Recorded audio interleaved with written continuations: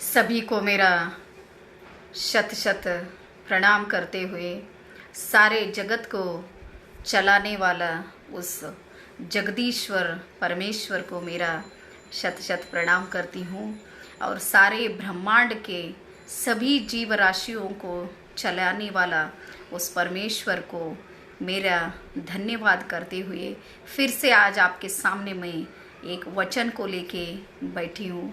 तो आज जो पहले आए हैं हमारे किरण और संदीप स्वराज पाटिल भैया जी, सभी को मेरा प्रणाम करती हूँ। तो आज मैं और एक बार अक्का महादेवी जी का वचन को विश्लेषण करना चाहती हूँ। जो ऐसा विश्लेषण है कि बहुत बार हम ये सोचते हैं कि जो साधु होते हैं, शरण होते हैं, महात्मा होते हैं, जो सूफी संत होते हैं, उन्हें और जो साधारण लोग होते हैं उन्हें, वो दोनों में कितना डिफरेंस होता है, दो व्यत्यास कितना होता है, अंतर कितना होता है, ये बहुत बार हम सोचते हैं। लेकिन सच में अगर हम एक एक बार अगर महसूस करें तो ऐसा हो जाता है कि अगर हम एक बार कोई अगर हम मंदिर को गए, जहाँ पर भी हम मंदिर को गए, मंदिर को जाने के बाद जो महसूस होता है अंतर आत्मा को, वही महसूस वो महात्मा शरण और संत के सामने जाने के बाद होता है। इसके लिए वो शरण लोग कैसे होते हैं, शरण लोगों का जो नेचर कैसा होता है, उनका स्वभाव कैसा होता है, उनका रहन सहन कैसा होता है, उनका उठना कैसा होता है, बैठना कैसा होता है, सब कुछ स्पेशल होता है। साधारण को और असाधारण दोनों में बहुत बहुत फर्क होता है। वही फर्क अक्का महादेवी जी अपने वचन में बोलते हैं। एक मिनट। तो अक्का महादेवी जी बोलते हैं, कन्नड़ा का ये वचन मैं ट्रांसलेशन करना चाहती हूँ। अय्या निम्म शरणರು ಮೆಟ್ಟಿದ ಧರೆ ಪಾವನವಯ್ಯ, ಅಯ್ಯ ನಿಮ್ಮ ಶರಣರಿದ್ದ ಪುರವೇ ಕೈಲಾಸಪುರವಯ್ಯ, ಅಯ್ಯ ನಿಮ್ಮ ಶರಣರು ನಿಂದುದೆ ನಿಜವಾಸವಯ್ಯ, ಚನ್ನಮಲ್ಲಿಕಾರ್ಜುನಯ್ಯ ನಿಮ್ಮ ಶರಣ ಬಸವಣ್ಣನಿದ್ದ ಕ್ಷೇತ್ರ ಅವಿಮುಕ್ತ ಕ್ಷೇತ್ರವಾಗಿ ಆನು ಸಂಗನ ಬಸವಣ್ಣನ ಶ್ರೀಪಾದಕ್ಕೆ नमो नमो ಎನ್ನುತ್ತಿರ್ದೆನು। अक्का महादेवी जी बोलते हैं अय्या निम्म शरणರು ಮೆಟ್ಟಿದ ಧರೆ ಪಾವನವಯ್ಯ। इसका मतलब ये है कि वो भगवान आपके जो शरण लोग हैं, जो संत है, जो महात्मा है, वो जहाँ पर भी पैर रखे, जहाँ पर भी रखे, जमीन पर जो भी धरती पर वो पैर रखते हैं, वो पैर बहुत बहुत वो जो क्षेत्र होता है, जो जगह होती है, वो पूरे तरह से पावन हो जाता है, उतना पवित्र स्थान बन जाता है। आज भी आप देखिए बहुत से महात्माओं का मंदिर बनाया है। आज तक भी वो महसूस होता है कि मंदिर के जब हम गर्भ प्रवेश करते हैं, जो मंदिर के अंदर हम चले जाते हैं, जो शरण संत महात्मा जी का जो स्टैचू लगाया होता है, वहाँ पर अगर हम ठहरे तो बहुत से ऐसा महसूस होता है कि हमारे में जो भी नेगेटिविटी है वो चले जा रहा है और बहुत से पॉजिटिविटी हमारे अंदर आ रही है। उतनी ताकत, उतनी शक्ति उनके पास होती है। सच में ही जो कॉस्मिक एनर्जी जो हमारे सामने हमारे साथ जो भी जुड़ा है, जो प्रकृति का शक्ति, परमेश्वर का शक्ति, यूनिवर्स का जो भी शक्ति हम मानते हैं, साइंस भी बोलती है कॉस्मिक एनर्जी, वो एनर्जी उन लोगों में बहुत ज़्यादा लेवल पर और ज़्यादा फ्रीक्वेंसी में होता है। वो एनर्जी लेवल, वो एनर्जी, इसका मतलब नहीं कि सभी के साथ नहीं, लेकिन सभी के साथ होती है, लेकिन उनके पास बहुत ज़्यादा होती है, क्योंकि उनका जो जीवन होता है वो जीवन में ही समर्पण जीवन होता है। वो खुद के लिए नहीं जीते, इसके लिए जो खुद के लिए नहीं जीते उन्हें खुदा जरूर जरूर मदद करता है। तो आपके जो शरण लोग हैं वो कहाँ पर भी अपना पैर रखने, अपने पादुका रखे, वो जो स्थान होता है वो पूरे तरह से पावन होता है बोलकर अक्का महादेवी जी कहती है। और आगे बोलती है जहाँ पर भी वो शिव शरण लोग हैं, वो अगर वो वास करने को ठहरे, अगर उन्हें लगता है कि एक दो दिन हम रुक जाए, तो जहाँ पर भी वो रुकते हैं वो पूरा प्लेस जो होता है वो पूरा कैलाश बन जाता है। हम सोचते हैं बहुत बार हमारा जो धरती है वो कैलाश बने। बहुत से हमारे जो बुजुर्ग होते हैं, बहुत पुराने लोग होते हैं, जो भी अब 60-70 के एज में होते, तो उनका एक ही थॉट होता है कि हमें कैलाश मिले, मुक्ति मिले, हम इस जीवन से छुटकारा पाके नर्क में न जाए, हम कैलाश पर जाए। लेकिन जहाँ पर शिवशरण लोग चले जाते हैं, जहाँ पर उनका जो 1-2 दिन का निवास होता है, उन रुक जाते हैं, वो प्लेस बहुत बड़ा कैलाश होता है बोलकर अक्का महादेवी जी बोलते हैं। और आगे बोलते हैं जो शिवशरण लोग होते हैं वो अगर ठहर जाए कुछ दिनों के लिए, जस्ट वो अपने जो पैर को एक जगह पर टिक लिए, तो वो जगह भी बहुत बहुत पावन हो जाता है। उसके आगे बोलते हैं कि आपके जो शरण श्री बसवेश्वर जी जहाँ पर भी वो है, वो क्षेत्र बहुत अविमुक्त क्षेत्र है। अविमुक्त क्षेत्र मीन्स वहाँ पर के सभी लोग, सभी साधारण लोग जो हाई लेवल के लोग होते हैं, इसका मतलब मैं जात से बात नहीं कर ली, कास्टिज्म का ये मतलब नहीं, माइंड लेवल जो होता है, साधारण होता है, थोड़ा हाई लेवल होता है, पूरा हाई लेवल, वो 3-4 प्रकार के माइंड लेवल होते हैं। लेकिन जहाँ पर जो जगत ज्योति बसवेश्वर जी रह रहे हैं, वहाँ का जो स्थान है वो पूरे तरह से अविमुक्त क्षेत्र बन गया है। तो इसका मतलब है कि वहाँ पर के जो भी लोग हैं वो पूरे सारे मुक्त हो गए। जो जनन मरण के चक्र है, हमारा एक ही मतलब होता है कि हमें मुक्ति मिल जाए।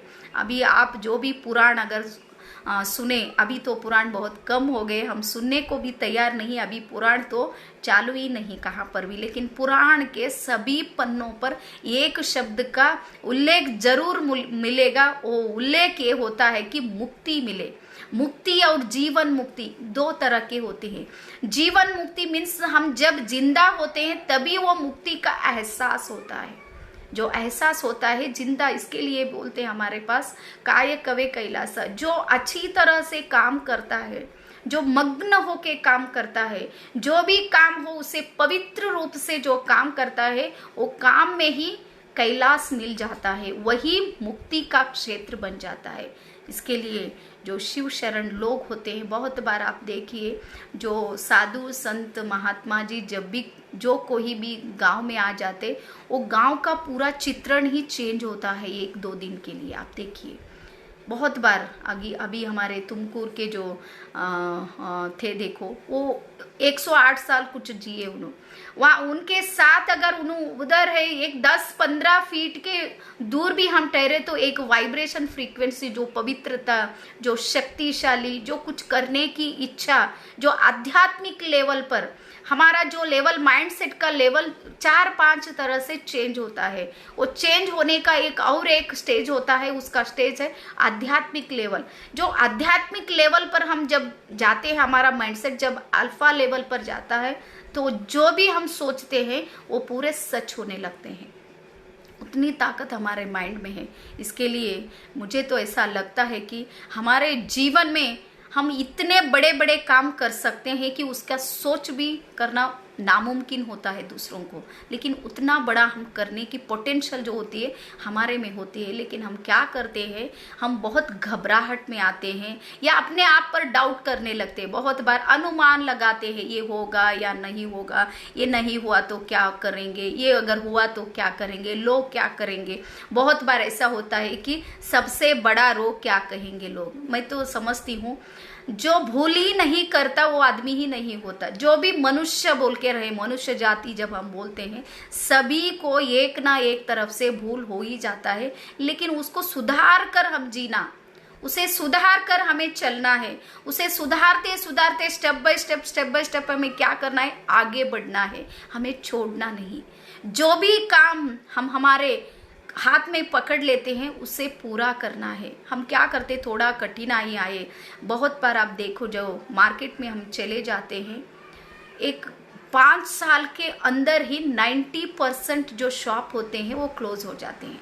आप देखिए एक शॉप होता है 1-2 साल चलता है, फिर से वो पूरा बंद होता है। क्यों बंद होता है? जो करने की ताकत और करने की हिम्मत की कमी होती है। वहाँ पर पैसों के से ज़्यादा उनकी हिम्मत की कमी होती है। इसके लिए जो भी अगर हम करना चाहते तो हिम्मत से करो। और एक दूसरा बात मैं तो ये समझती हूँ, हर कोई काम अगर हम कर रहे हैं तो मैं कर रही हूँ या मेरे तरफ से हो रहा है, इससे ज़्यादा ये बेटर होगा कि वो परमेश्वर करा रहा है, उसे सौंप देना चाहिए। मैं तो हर कोई एक एक काम को, एक एक शब्द को उसे ही सौंप देती हूँ। अगर भूल भी हुआ तो मैं टेंशन नहीं लेती, क्योंकि वो भूल उसी ने कराया है, वो सुधार लेगा, वो सुधार करेगा जरूर। ऐसे सोच कर हम जब काम करने को शुरू करते तो हमारे में जो डर होता है वो डर अपने आप क्या होता है, खत्म होता है।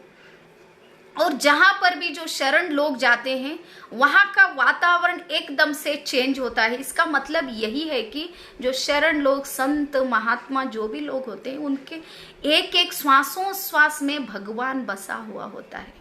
साधारण तरह से जब हम श्वास लेते हैं वो श्वास भी उनका मंत्र होते हैं, एक एक लफ्ज जो होता है उनके पूरे मंत्र हो जाते हैं। इसके लिए बहुत बार अगर उनके मुंह से कुछ गलत भी निकल गया तो भी वो सच होता है। बहुत बार आप देखिए, बहुत बार जो महात्मा लोग होते हैं जो गुस्से में कुछ ना कुछ कहते तो वो भी सच हुआ। सो बहुत बड़ा इतिहास, हिस्ट्री हमारे पास मिलता है। तो इसका मतलब यही है कि उनके जो माइंड सेट होता है 100% पॉजिटिविटी से काम करता है। पॉजिटिव ही सोचते हैं, कभी गलत नहीं सोचते। लेकिन वो सोचते सोचते अगर एक दो बार उधर इधर भी हो गया तो भी वो सच हो जाता है। बहुत बार जिन्हें बच्चे नहीं होते वो क्या करते, महात्मा जी के पास जाके अपने दुख को उनके सामने बोल देते हैं। वो इतना करुणा भाव होता है, एक माँ का दिल होता है उनके पास। जो महात्मा होते हैं वो वैसे ही धरती पर नहीं आते। इसके लिए बोल देते हैं कि लक्ष्य कोब्ब भक्ता कोटि कोब्ब शरणा। इसका मतलब 1,00,000 लोग इस धरती पर जो आए हैं वो 1,00,000 लोगों में सिर्फ एक ही भक्त होता है। पूरे जो 99,999 जो लोग हैं वो पूरे कुछ भी नहीं, सामान्य स्तर पर जीते हैं पूरे लोग। उसमें से एक ही आ जाता है, उसे भक्त कहते हैं। जो भक्त लोग होते हैं अपना पूरा जीवन भगवान के ऊपर कुर्बानी देते हैं। वैसे जो भक्तों को अगर महात्मा शरण संत जी अगर देखे तो उनसे मुंह से अगर कुछ ना कुछ निकला तो वो भी सच हो जाता है। बहुत बार 20 साल 22 साल तक बच्चे नहीं हुए, वैसे महिलाओं को बच्चे हुए सो बहुत बड़े बड़े उदाहरण हमारे पास है। इसका मतलब यही है कि उनका जो शक्ति है वो पूरा शक्ति उन्हें दे देते हैं। उनके अंदर इतना ताकत होता है कि वो जो भी सोचते हैं वो पूरा होते हैं। बहुत बार आप देखो जो हम पुराने ज़माने के पुस्तक जब पढ़ते हैं तो उसमें मालूम होता है कि जो बहुत दिनों से, बहुत सालों से बारिश नहीं आया तो जो कोई भी उस गांव में अगर साधु संत महात्मा जी आए तो शाम तक बारिश आएगा ही। जो उनके लफ्ज से गया तो शाम तक बारिश आया हुआ उदाहरण बहुत बहुत मिलते हैं। तो इसका मतलब पूरे प्रकृति जो है उनके सामने सर झुकाती है। प्रकृति ही परमेश्वर, ये भी बोला जाता है। जो कॉस्मिक एनर्जी मैंने बोला है वो कॉस्मिक एनर्जी भी वो प्रकृति का ही एक ताकत होती है। इस दुनिया में ऐसे शक्ति है, ऐसा एनर्जी है जो हम चाहते हैं वो मिलता है। बहुत बार हमें टेंशन क्यों होती है, मैं सच्ची में बोलती हूँ, टेंशन क्यों होता है? क्योंकि हम टेंशन को अट्रैक्ट करते हैं।